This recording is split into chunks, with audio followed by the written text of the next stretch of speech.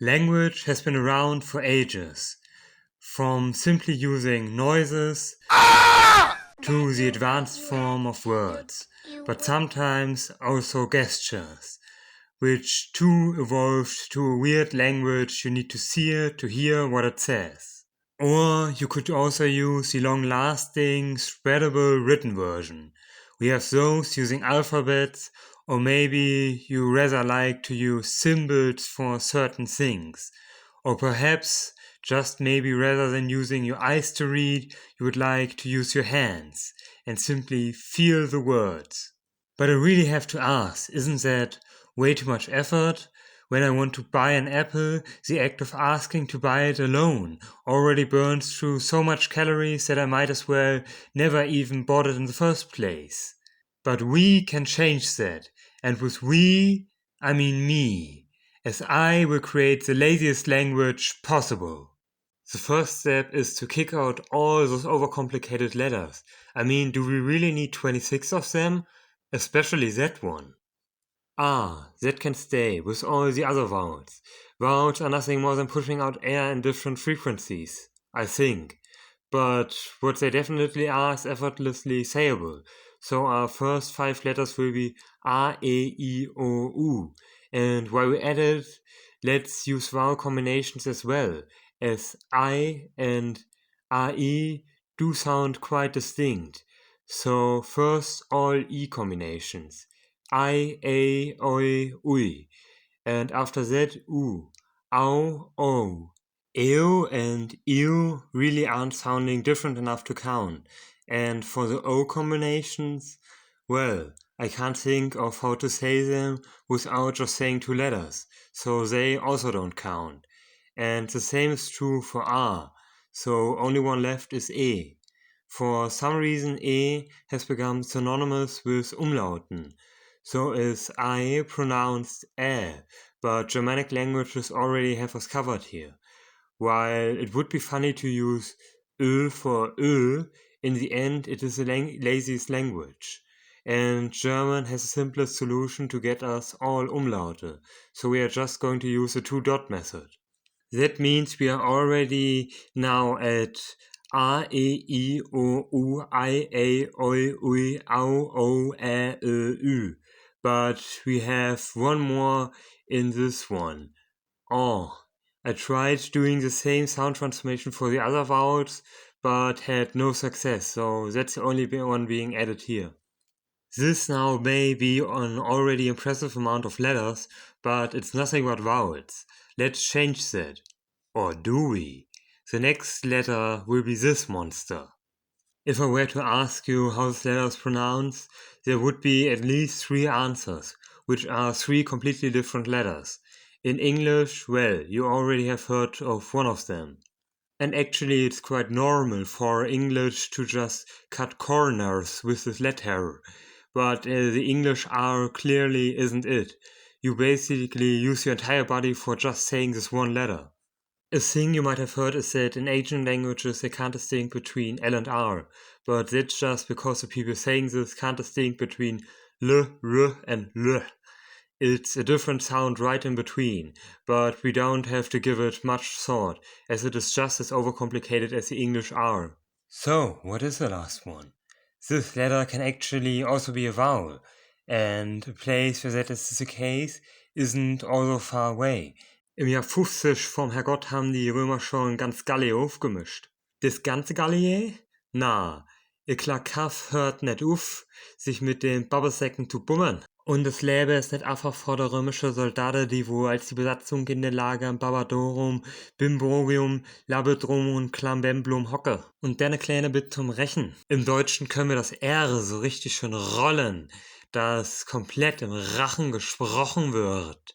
While we were red pilled to think of the alphabet as the be-all and all, Germanic languages had to throw away some very useful letters we used that had no equivalent in Latin, English being a prime example, as it no longer uses as, thorn, or eng, and other needed letters to write in English. But what also came with that was that we now set the 5 vowels as the absolute standard of vowels. In reality, does English not even use them all that much, most of the time it uses or I instead of R, so who says that R isn't also a vowel? That now makes a 16th sound, but I went through a very lengthy talk to explain why it also is a vowel. So now, for real, let's get a non-vowel. As we can't use our mouth at all the poppy letters won't do. B, P, D, T can clearly not be made without tongue or lips. Also, C is just a glorified K or S, so it does not contribute anything. And we are lazy, so no pointless letters. Next up, F. And let's go through this quickly. F, M, V, and W are all made through lips and teeth, so too much effort. Away it goes. And L, N, S, Z all are tongue-based. Away it goes. Not much left, is there? J, Q, X, and W all are made with the tongue curled up, which takes too much effort, so no more. K and G are similar and both need your teeth to... No, your tongue?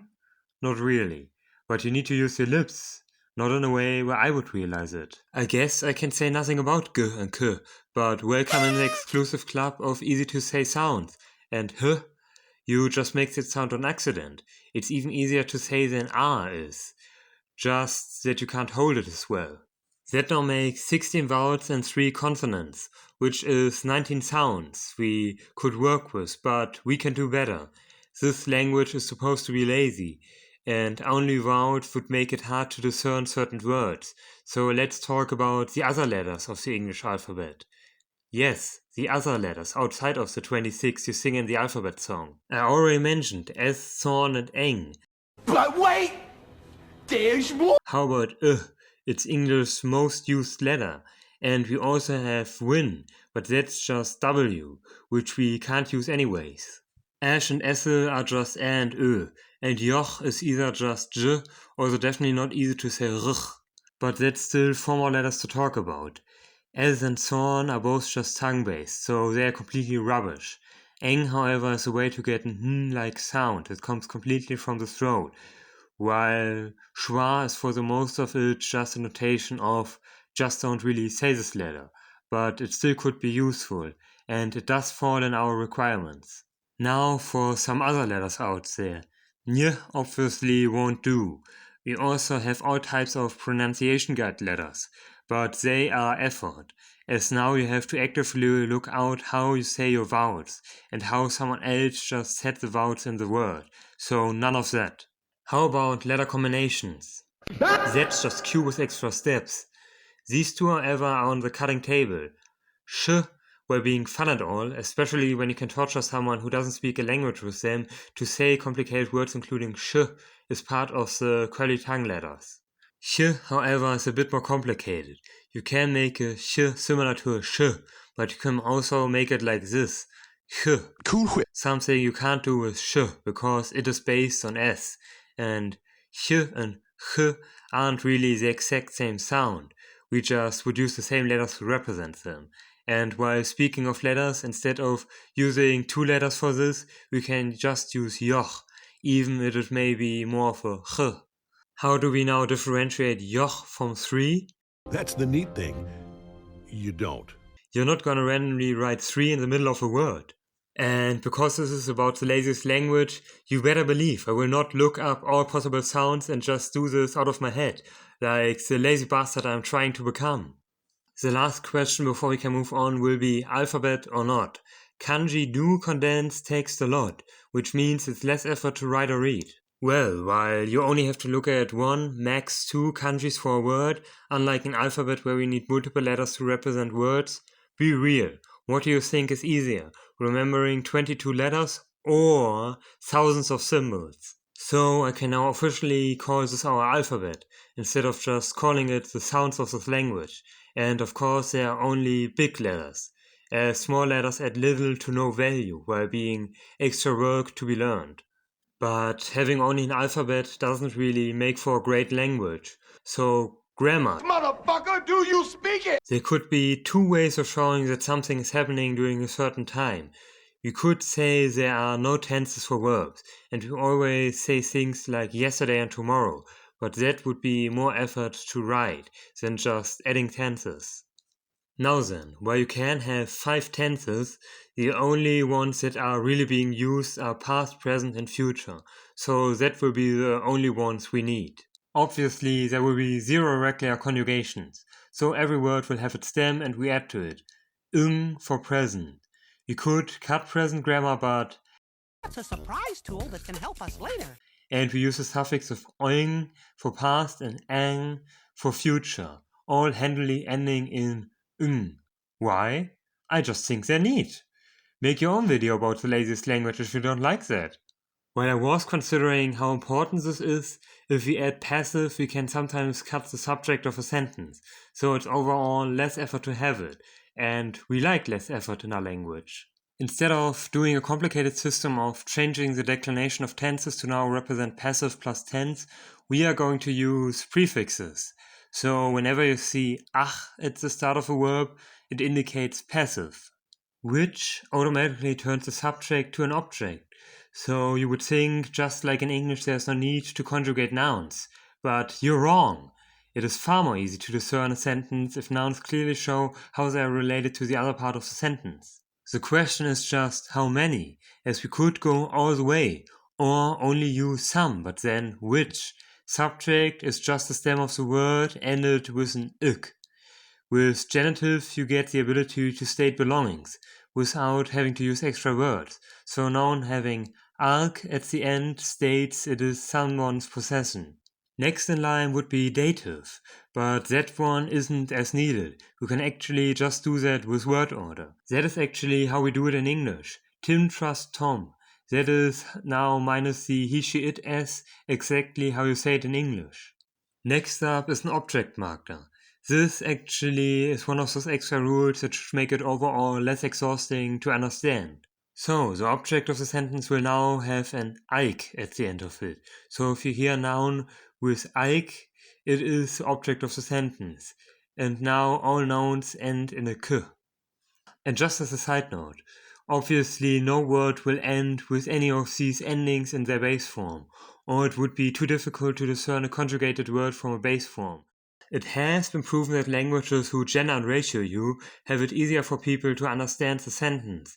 So a noun that starts with or is male. If it starts with ihr, it's female. And if it's neutral or undefined, it's ar. It's the same as daddy does and similars of its kind, just that it is merged to the noun. Let's now talk about this trio. The different sentence types need of course some indication, so let's call them ekai, ru and ko. I was at first thinking we could do it just like Japanese, where a sentence ending with ka is a question, but it is easier to look at something and see the one non-letter to know that the sentence is a question or exclamation. So when written you just use those, while in speech you say ru and ko. One last inclusion will be an adjective prefix, gung, and this too. That's a surprise tool that can help us later. This now should be all the grammar you need, and we are too lazy to look up if there's more, so let's go over to some basic words, so that we can make our very own personal first lazy sentence. Because the laziest option is to just... Let's take as many words as we can from other languages. If other languages have words that completely work with our alphabet, we'll take them, otherwise we can alter them off slightly. And obviously our words are written as spoken. We will not put our brain power into figuring out how to say a word. Our first word will be, what else could it be? Lazy, but the English word is way off. German's foul is also no good, but how about daru? The Japanese word for lazy is not far off.